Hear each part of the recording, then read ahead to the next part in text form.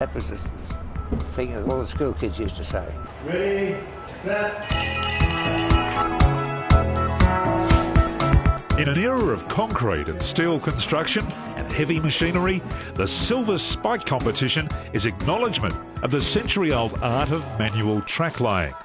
Representative teams from around the state battle it out in finals at Brisbane's R&A Showgrounds, with speed and safety carrying equal weight.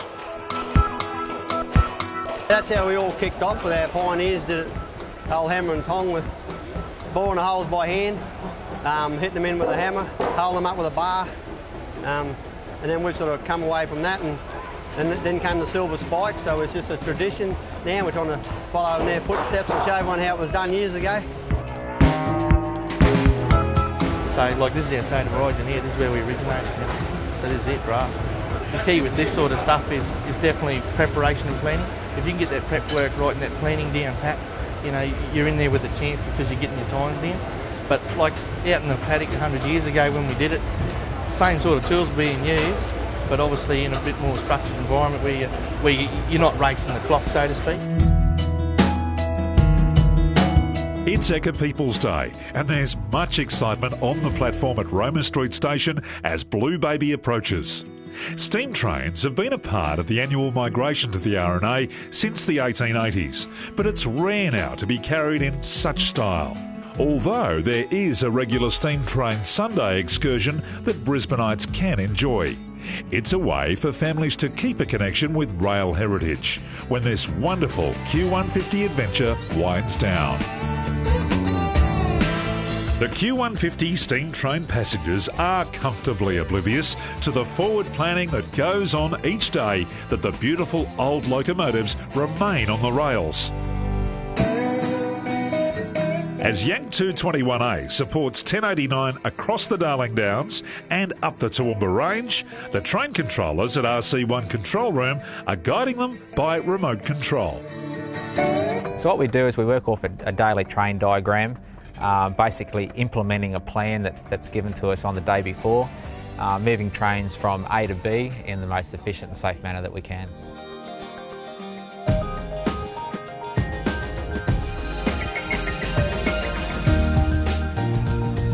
All ranges aren't steam engine friendly. They're all, where's the stick? They have grease pots on the range these days for the diesel locomotives, so that don't wear out the track, and they can cause us a little bit of grief, you know. 5 months on, Toowoomba is the final city to host an overnight stopover as part of the Q150 steam train experience. A trip back across the Darling Downs will end where it began, at the Ipswich Railway Workshops. It's been a monumental logistical exercise for QR, working around scheduled services and with very old rolling stock. Thousands and thousands of Queenslanders have either rekindled or ignited a passion for rail travel. And the tireless volunteers and train crews will soon be washing the remnants of soot from their ears. I think there's a whole lot of us, you know, in our hearts that are still just fascinated by trains, and even how good it is to see the younger generation. It's been a lovely way today for us to be celebrating 150 years of Queensland.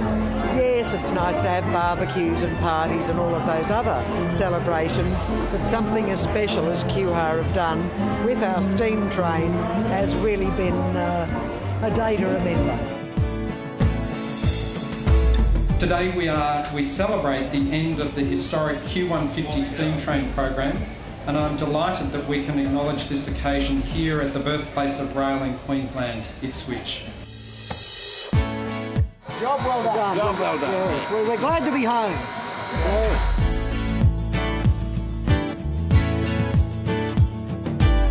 This is the end of a momentous journey, one that I'm sure all of us who participated in, whether it be for part of a sector, a whole sector, or all the sectors, will never ever forget.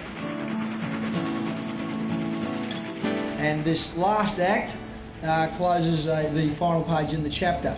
For your safekeeping, Mayor.